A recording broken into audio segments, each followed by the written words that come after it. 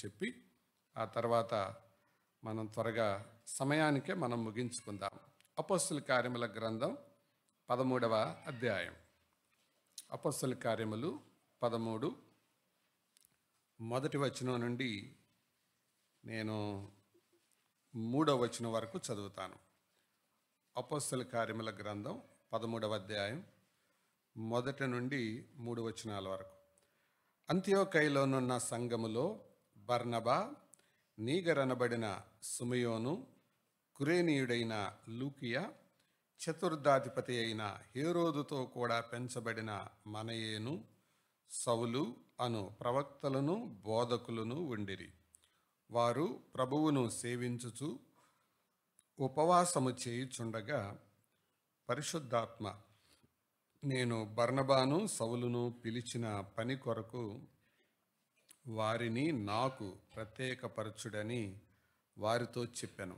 అంతటా వారు ఉపవాసముండి ప్రార్థన చేసి వారి మీద చేతులుంచి వారిని పంపిరి. అది అలాగే ఉంచి అపోస్తలుడైన పౌలు తిమోతికి రాసిన మొదటి పత్రిక 4వ అధ్యాయం. తిమోతి పత్రిక 4వ అధ్యాయం 11వ వచనం నుండి 16వ వచనం వరకు అందరం కలిసి చదువుదాం. ఈ సంగతులను ఆజ్ఞాపించి బోధించుము. నీ యవనమును బట్టి ఎవడునూ నిన్ను తృణీకరింపనీయకము గాని మాటలోను, ప్రవర్తనలోను, ప్రేమలోను, విశ్వాసములోను, పవిత్రతలోను విశ్వాసులకు మాదిరిగా ఉండుము. నేను వచ్చు వరకు చదువుటయందును, హెచ్చరించుటయందును, బోధించుటయందును జాగ్రత్తగా ఉండుము. పెద్దలు హస్తనిక్షేపణము చేయగా ప్రవచన మూలమున నీకు అనుగ్రహింపబడి నీలో ఉన్న వరమును అలక్ష్యము చేయకము. నీ అభివృద్ధి అందరికీ తేటగా కనబడు నిమిత్తము వీటిని మనస్కరించుము. వీటి యందే సాధకము చేసుకొనుము. నిన్ను గూర్చియు నీ బోధను గూర్చియు జాగ్రత్త కలిగి ఉండుము. వీటిలో నిలకడగా ఉండుము. నీవిలాగు చేసి నిన్నును నీ బోధ విను వారిని రక్షించుకొందువు. చదవబడిన ఈ లేఖనాలు భాగాలు రెండు కూడా దేవుడు మన వినికిడిలో దీవించునుగాక. ప్రభునందు ప్రియులారా, నేను స్థానిక సంఘములో వాక్య పరిచర్య దాని గురించి కొన్ని సంగతులు మీ ముందు పెడుతున్నాను. గతంలో కొన్ని తలంపులు కొన్ని తరగతులలో మనం విన్నాం. ఈ రాత్రి దానికి కొనసాగింపుగా ఎవరైతే స్థానిక సంఘంలో వాక్య పరిచర్య చేస్తున్నారో వారికి కలిగి ఉండవలసిన లక్షణాలు మరికొన్ని నేను ఈ రెండు లేఖన భాగాల ఆధారంగా మీ ముందు పెట్టి తర్వాత కొన్ని సలహాలు మీ ముందు ఉంచి తర్వాత నా సందేశాన్ని ముగిస్తాను. మొట్టమొదటిగా అపోస్తల కార్యాలు 13వ అధ్యాయాన్ని మనం చదువుకున్నాం. అందులో ఆ సంఘములో వాక్య పరిచర్య చేసేవారు ఎవరు అని అక్కడ వ్రాయబడి ఉందో ఆల్రెడీ మనం ఇంతకుముందు తరగతిలో విన్నాం. ఒకవేళ మీరు ఎవరైనా విని ఉండకపోతే రికార్డెడ్గా ఉంటాయి, అవి కూడా వినండి. అది నేను మరలా తిరిగి రిపీట్ చేయడం లేదు. కానీ ఈ వాక్య భాగంలో నుంచి మరికొన్ని తలంపులు మీ ముందు పెడతాను. నంబర్ 1, స్థానిక సంఘములో వాక్య పరిచర్య చేసేవారు మొదటిగా సంఘములోని వారై ఉండాలి, సంఘానికి చెందిన వారై ఉండాలి.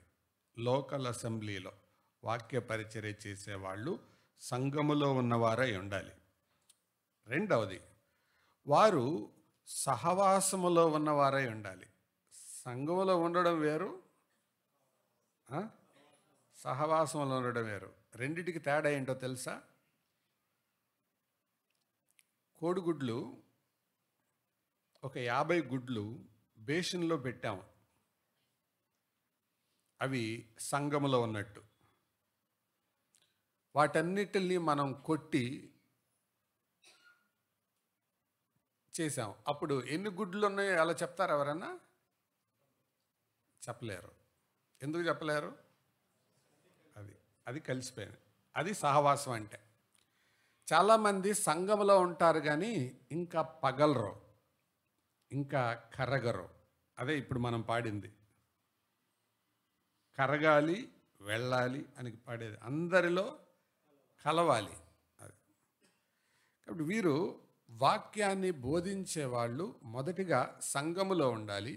రెండవదిగా సహవాసములో ఉండాలి. సహవాసములో ఉండడం మాత్రమే కాదు, సమన్వయంతో కూడా ఉండాలి.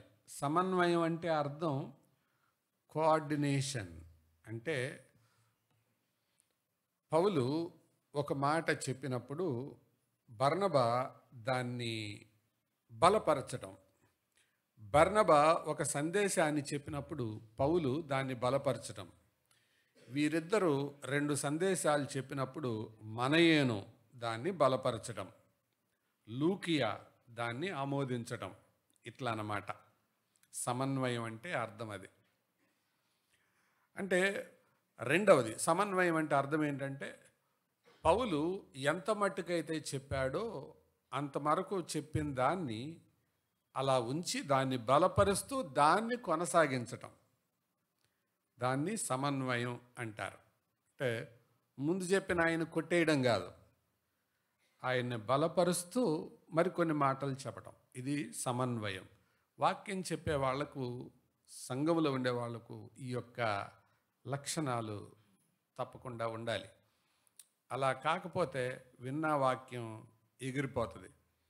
నేను కొన్ని స్థలాలకు వాక్యం చెప్పడానికి వెళ్ళినప్పుడు వాళ్ళు వాక్యం చెప్పేసిన తర్వాత వాళ్ళు చేసే ప్రకటనలు, వారు చేసే కార్యక్రమాలు మళ్ళా ఇంకోసారి వెళ్ళకూడదురా వీళ్ళ దగ్గరికి అనిపిస్తుంటుంది నాకు. ఎందుకంటే ఆ సమన్వయం ఉండదు. వాక్యం చెప్పిన తర్వాత ఆ వాక్య తలంపుల్లో వారిని నడిపించాలి. ఆ వాక్యం తర్వాత ఇంకేం ఉండకూడదు, వాక్యం తదనంతరం ఇంకేం ఉండకూడదు. ఆ వాక్య తలంపులతో వారు నడవాలి. అందులో నుంచి వాళ్ళు ఒక తీర్మానంతో వాళ్ళు అక్కడి నుంచి వెళ్ళగలగాలి. అది సమన్వయం అంటే. ఇది తర్వాత నాలుగవదిగా వాళ్ళు సేవలో ఉన్నారు. ఎలా తెలుసు సేవలో అని? మొదటి వచనంలో చివరి భాగంలో బోధకులను ఉండిరి, వారు ప్రభువును సేవించుచు. సేవలో ఉన్నారు.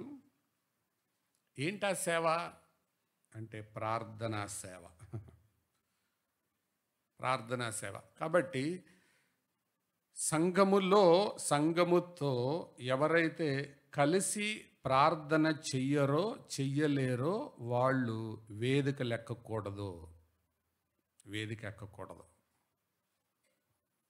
ముందు ఈ లక్షణాలు ఉండాలి. ముందు సంఘములో ఉండాలి, 2 సహవాసంలో ఉండాలి, 3 సమన్వయం ఉండాలి, 4 సేవ. ఏంటి సేవ అంటే ఏంటిది? ఇక్కడ ప్రార్థనా సేవ. సేవ అంటే రకరకాలుగా ఉన్నాయి. సేవ అంటే ప్రార్థన అని ఇక్కడ అర్థం వస్తుంది. ఇక్కడ నేరుగా రాలేదు, కానీ సింహాల గుహలో వేయబడిన దానియేలును రాజు పలకరించడానికి వచ్చాడు. వచ్చి రాజు ఒక మాట అడిగాడు దానియేలుని. ఏమడిగాడు చెప్తారా? జీవము గల దేవుని సేవకుడవైన దానియేలు అన్నాడు. అంటే దానియేలు ఉద్యోగం చేస్తున్నాడా, సేవ చేస్తున్నాడా? ఉద్యోగమే చేస్తున్నాడు. కానీ ఏమన్నాడు? జీవము గల దేవుని సేవకుడవైన. అంటే ఆయన ఉద్యోగమే సేవలాగా ఉందన్నమాట. పరిశుద్ధంగా బ్రతకటం, యథార్థంగా బ్రతకడం, నమ్మకంగా బ్రతకడం, అదొక సేవలాగుంది. అంటే అది సేవ అంటే. తర్వాత మరొక మాట దాని తర్వాత అంటాడు, చూస్తారా మాట? 6వ అధ్యాయం వచనం, దానియేలు 6.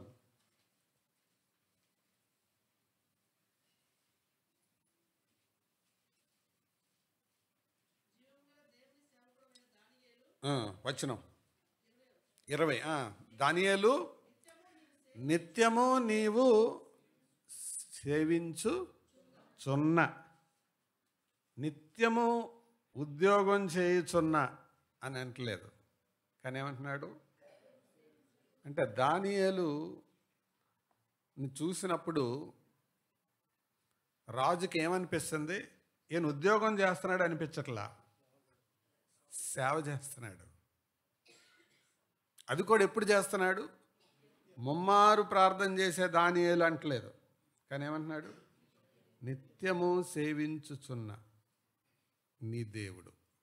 కాబట్టి ప్రార్థన అనే సేవలో అది ఒంటరిగా చేసే ప్రార్థన సేవే, రెండు సంఘముతో, ప్రాముఖ్యంగా ఇక్కడ మనం చూస్తే ఈ పరిచారకుల సమూహంతో కలిసి ప్రార్థన చేయటం, అది సేవ. కాబట్టి ప్రియులారా, ఇవి చాలా చాలా ప్రాముఖ్యమైన అవసరమైన సంగతులు. అలాంటి వాళ్ళు ఆ దేవుని సంఘములో సంఘానికి క్షేమాభివృద్ధి కలిగిస్తారు. అంతేకాదు మరొక ప్రాముఖ్యమైన సంగతి 13వ అధ్యాయం అంటే అపోస్తల కార్యములు 13వ అధ్యాయం ఈ 5 పేర్లు కలిపి చెప్పాడు, ఒకదాని తర్వాత ఒకటి. అంత్యోకయలోనున్న సంఘములో బర్నబా, నీగరనబడిన సుమియోను, కురేనీయుడైన లూకియా, వీటితో పాటు సేవలో ఉండడంతో పాటు 5వది ఏంటో తెలుసా? జవాబుదారీతనంతో ఉన్నారు వాళ్ళు. జవాబుదారీతనం అంటే ఏంటి అర్థం? అకౌంటబిలిటీ అంటే ఏం చేస్తున్నారు, ఏం మాట్లాడుతున్నారు, ఆ ప్రకారం వాళ్ళు చేస్తున్నారా లేదా అనేది చాలా చాలా ప్రాముఖ్యమైన సంగతి. అది అడిగేవాళ్ళు. జవాబుదారీతనం అనేది, దాని గురించి మనం ఎన్నో తరగతులు దేవుని దాసుల ద్వారా మనం విన్నాం. 2-3 దేవుని దాసుల ద్వారా విన్నాం గతంలో. ఒకవేళ మీరు అది మర్చిపోయి ఉన్నా, ఒకవేళ వినకపోయినా మళ్ళా వినండి, తప్పకుండా అవి మనకు ఉపయోగపడతాయి. క్రైస్తవ జీవితంలో జవాబుదారీతనం అనేది చాలా చాలా ప్రాముఖ్యమైనది. మనం మార్కెట్లోకి వెళ్తే ఏదైనా ఒక వస్తువు కొనాలంటే 2 వస్తువులు అక్కడ ఉన్నప్పుడు ఓకే టెస్టెడ్ లేకపోతే ISI అన్న ముద్ర ఉన్న దాన్ని, తర్వాత ఆ ముద్ర లేని దాన్ని, ఈ 2 వస్తువులు అక్కడ ఉన్నప్పుడు ఏ వస్తువు కొనటానికి మనం మొగ్గు చూపుతాం? టెస్టెడ్, పరీక్షించబడింది. అంటే ఆ పరీక్షించబడిన దాన్ని కొనడానికి మనం మొగ్గు చూపుతాం, ఇష్టపడతాం. అలాగే మనము జవాబుదారీతనం, అది చాలా ప్రాముఖ్యం. అది ఎలాగో చెప్తాను. మీ పిల్లల్ని స్కూల్లో వేసినా కాలేజీలో వేసినా జవాబుదారీతనాన్ని మీరు తీసుకుంటారు. కింద ఎవరి పేరు రాస్తారు? తండ్రి పేరు రాస్తారు, లేదా సంరక్షకుడి పేరు రాస్తారు. సరే, స్కూల్ సంగతి తీసేయండి. తర్వాత ఒకవేళ మీ పిల్లలకి ఏదైనా పాలసీ కట్టారనుకోండి, హెల్త్ పాలసీనో లేకపోతే లైఫ్ పాలసీనో కట్టారనుకోండి, దాని కింద ఏం పేరు రాస్తారు? మళ్ళీ నామినీ. ఎందుకు? అకౌంటబిలిటీ. ఒకవేళ ఆరోగ్యపరమైన జాగ్రత్తలు చెప్పేటప్పుడు ఇన్ కేస్ ఆఫ్ ఎమర్జెన్సీ అని కింద మళ్ళీ కొంతమంది పేర్లు ఉంటాయి. ఏంటి ఇవన్నీ? జవాబుదారీతనం. ఎవరిని సంప్రదించాలి? ఒక మాట అడుగుతున్నాను, ఆత్మీయంగా నువ్వెవరికి జవాబుదారీ చెప్పు? నీకెవరు జవాబుదారీ? నీ పైన లెక్క అడిగే వాళ్ళు ఎవరున్నారు? దేవుడా? ఓకే, దేవుడు అందరికి ఉన్నాడు. సంఘములో ఎవరున్నారు?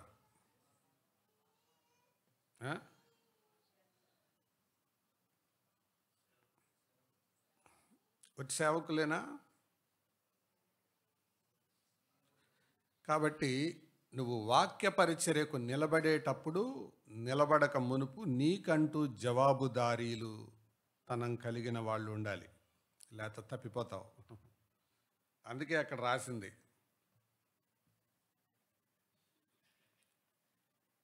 Accountability is also essential part. నిన్ను అడిగేవాళ్ళు, నిన్ను నిలదీసేవాళ్ళు, నువ్వు ప్రసంగంలో చెప్తున్నావు కానీ నీ ప్రవర్తనలో లేదు అని, ఆ జవాబుదారి వాళ్ళు వాక్య పరిచర్య చేయాలి సంఘంలో. నేను ఒక మాట అడుగుతాను, మీరు చనిపోయిన తర్వాత డబ్బులు వస్తే ఎవరికి వెళ్ళాలో ముందుగానే రాస్తారు కదా. మరి ఆత్మీయంగా పడిపోయినప్పుడు మిమ్మల్ని ఎవరు నిలదీయాలో ఎవరికిచ్చారు అధికారాన్ని? చెప్పండి, ఎవరికిచ్చారు అధికారం?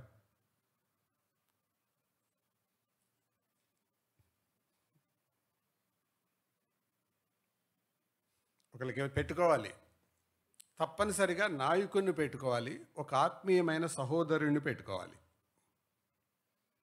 నేను పడిపోతే, నేను దారి తప్పితే నన్ను హెచ్చరించు అని వాళ్ళకి చెప్పాలి. అది సంఘములో కూడా చెప్పాలి. అప్పుడు అలాంటి వాళ్ళు సంఘములో వాక్య పరిచర్య చేయడానికి బాగుంటుంది, ప్రయోజనకరంగా ఉంటుంది. ఆ టీం ఉంది అంత్యోకయ సంఘములో. అదేం లేదు, జవాబుదారీతనం అనేది మనకు లేకుండా మనం నిలబడ్డప్పుడు జరిగేది ఏంటో తెలుసా? అది ప్రసంగం చేస్తాం కానీ ప్రజలను చెడగొడతాం. జవాబుదారీతనం లేకుండా ప్రసంగం చేసేవాడు ప్రజలను చెడగొడతారు.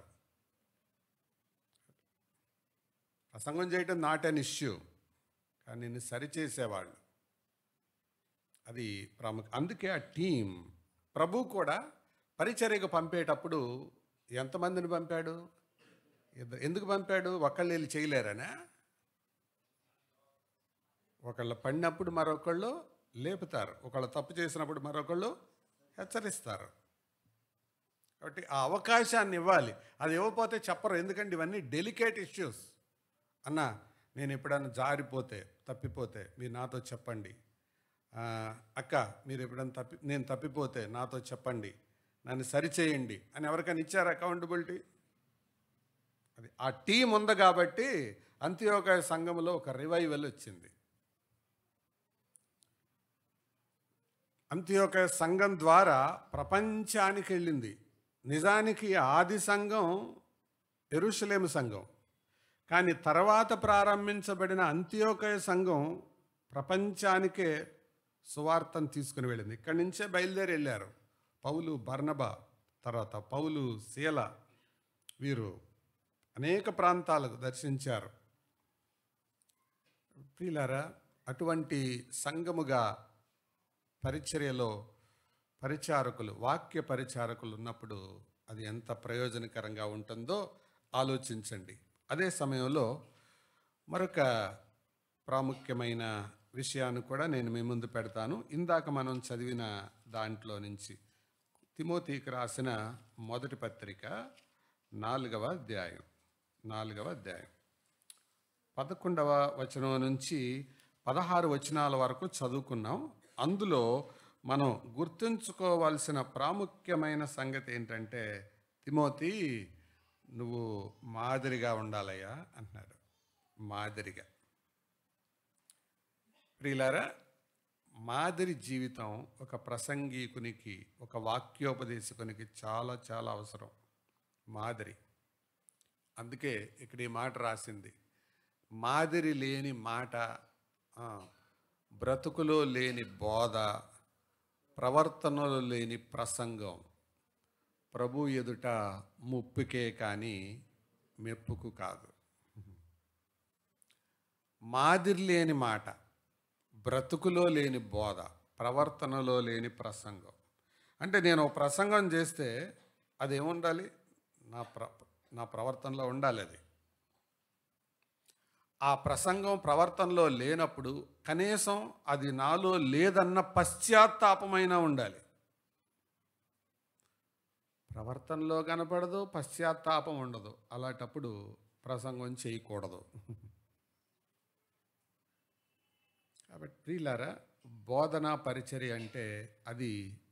అందుకే పౌలుకి తిమోతి ఇచ్చిన హెచ్చరిక ఏంటంటే, నువ్వు ఇలాగ చేస్తే నువ్వు 2 మేళ్ళు చేసుకుంటావు. 1, నీకు నువ్వు మేలు చేసుకుంటావు.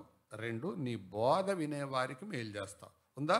16వ వచనం చివరి భాగంలో అది, వీటిలో నిలకడగా ఉండము, నీవు ఇలాగు చేసి నిన్నును నీ బోధ వినివారిని రక్షించుకుంటావు.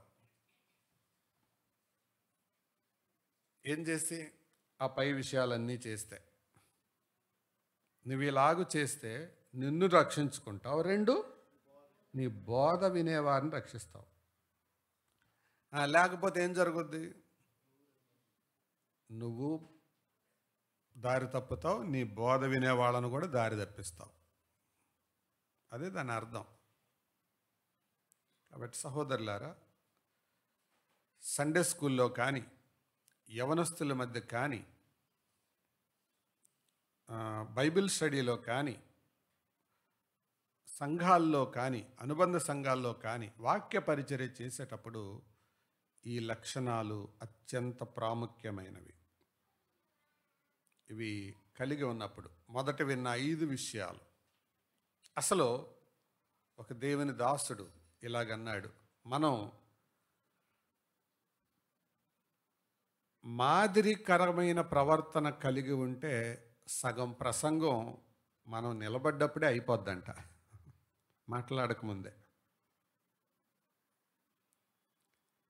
మాదిరి కలిగిన వ్యక్తులుగా మనం నిలబడితే సగం ప్రసంగం నిలబడ్డప్పుడే అయిపోతుంది. అందుకే దేవుని దాసులు శ్యాంబాబు గారి తండ్రి లూకా గారు వాక్యం చెప్పేటప్పుడు ఇలాగన్నారు, ఓ వాక్యోపదేశకులారా, పెద్దలారా, కాపరులారా, మీకు వాక్యం చెప్పడం రాకపోతే సరిగ్గా బ్రతకండి చాలు.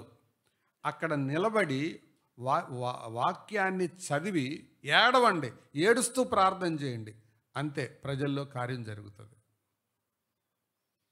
మీరేం చెప్పొద్దు, అక్కడ నిలబడి వాక్యాన్ని చదివి ఏడవండి చాలు, ప్రజల్లో కార్యం జరుగుతుంది. ఎందుకంటే దేవుని వాక్యంలో ఆ శక్తి ఉంది. అంటే ప్రవర్తన సరిగా లేకుండా మనం ఎంత వివరణ ఇచ్చినా, మన దగ్గర సవరణ లేకుండా మనం ఎంత వివరణ ఇచ్చినా బూడిదలో పోసిన పన్నీరే. కాబట్టి ఇది మనం జ్ఞాపకం చేసుకుందాం. నా చివరి మాట కొన్ని పొడి సలహాలు చెప్తాను, రాసుకునే వాళ్ళు రాసుకోండి. ఎవరైతే వాక్యోపదేశకులుగా ఉన్నారో వారిలో ఈ లక్షణాలు, తిరుగులేని లక్షణాలు ఉండాలి. ఆ తిరుగులేని లక్షణాలు ఏంటో తెలుసా?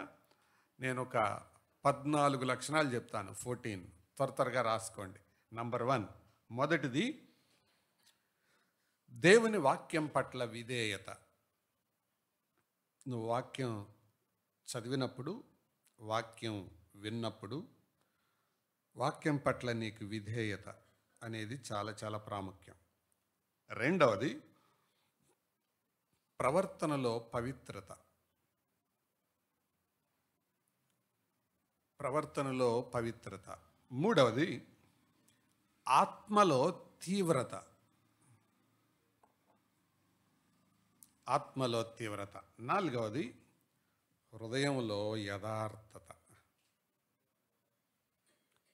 హృదయంలో యథార్థత. ఐదవది ఆలోచనల్లో పరిపక్వత. నీ ఆలోచన విధానంలో పరిపక్వత. ఆరవది సంఘములో బాధ్యత. బాధ్యత అంటే దాన్ని జవాబుదారీతనం అని అంటారు, బాధ్యత. ఏడవది నడవడిలో మాన్యత. మాన్యత అంటే మర్యాద. మాన్యత అంటే వినయం, మర్యాద, దానికి ఎందుకు వస్తాయి. ఎనిమిదవది వాక్య జ్ఞానములో సామర్థ్యత. అంటే వాక్య జ్ఞానములో అంటే వాక్యాన్ని చదవడం కానీ, జ్ఞాపకం ఉంచుకోవడం కానీ, దాని విషయమైన అవగాహన గురించి కానీ సమర్థత ఉండాలి. సామర్థ్యత. ఒక్కొక్క దాన్ని నేను వివరించవచ్చు కానీ చాలా సమయం అయిపోతుంది. తొమ్మిదవది భాషలో సరళత. భాషలో సరళత అంటే సింప్లిసిటీ. సాధారణమైన భాష, అర్థం కాని భాష వాడకూడదు. తర్వాత 10వది సందేశంలో స్పష్టత. అంటే మెసేజ్లో క్లారిటీ, సందేశంలో స్పష్టత. 11వది శ్రోతల పట్ల, వినేవారి పట్ల ఆర్ద్రత. ఆర్ద్రత అంటే ప్రేమ, దయ, అభిమానం, ఆప్యాయత ఉండాలి. అంతేగాని వాళ్ళందరూ కంటే నేను టాపు, వాళ్ళు కూర్చున్నారు, నేను నుంచున్నాను, వాళ్ళకంటే నేను ఎత్తులో ఉన్నాను అని ఇక్కడ నిలబడి ఏదేదో చెప్పడం కాదు, కానీ వారి పట్ల దయ, వారి పట్ల ప్రేమ, వారికి మేలు చేయాలి, వారికి మేలు కలగాలన్నది. శ్రోతల పట్ల ఆర్ద్రత. ఎన్నయ్యాయి? 11. 12వది సమయంలో నిబద్ధత. సమయంలో నిబద్ధత. ఎన్నయ్యాయి? 12. 13వది వ్యక్తులతో సఖ్యత. వ్యక్తులతో సఖ్యత. ఎన్నయ్యాయి? 13. ఓకే. ఈ 13 విషయాల్లో నీ యొక్క జవాబుదారీతనం అంతే. నేను పాటిస్తున్నావా లేదా అని చెక్ చేసేవాళ్ళు నాయకునితో పాటు మరొకరో ఇద్దరో ఉండాలి. అప్పుడు ఒక మంచి వాక్యోపదేశకునిగా నువ్వు ఎదుగుతావు. సంఘానికి మేలుకరమైన వ్యక్తిగా, ఉపదేశకురాలుగా ఉంటావు. ఒకసారి రిపీట్ చేయండి అందరూ ఫస్ట్ నుండి. మొదటిది దేవుని వాక్యం పట్ల విధేయత. రెండవది ప్రవర్తనలో పవిత్రత. మూడవది ఆత్మలో తీవ్రత. తీవ్రత అంటే భారం. నాలుగవది హృదయంలో యథార్థత, అంటే దాపరికాలు అట్లా ఉండకూడదు. యథార్థత. ఆలోచనల్లో పరిపక్వత. తర్వాత సంఘములో బాధ్యత. ఏడవది నడవడిలో మాన్యత. తర్వాత వాక్య జ్ఞానంలో సామర్థ్యత. తర్వాత భాషలో, మాట్లాడే భాషలో సరళత. తర్వాత మెసేజ్లో, సందేశంలో స్పష్టత. క్లియర్గా నువ్వేం చెబుతున్నావో అది అవతల వాళ్ళకి అర్థం అవ్వాలి. తర్వాత 11వది శ్రోతల పట్ల ఆర్ద్రత. అంటే రకరకాల సమస్యలు, అవసరతల్లో ఉన్నవాళ్ళు ఉంటారు.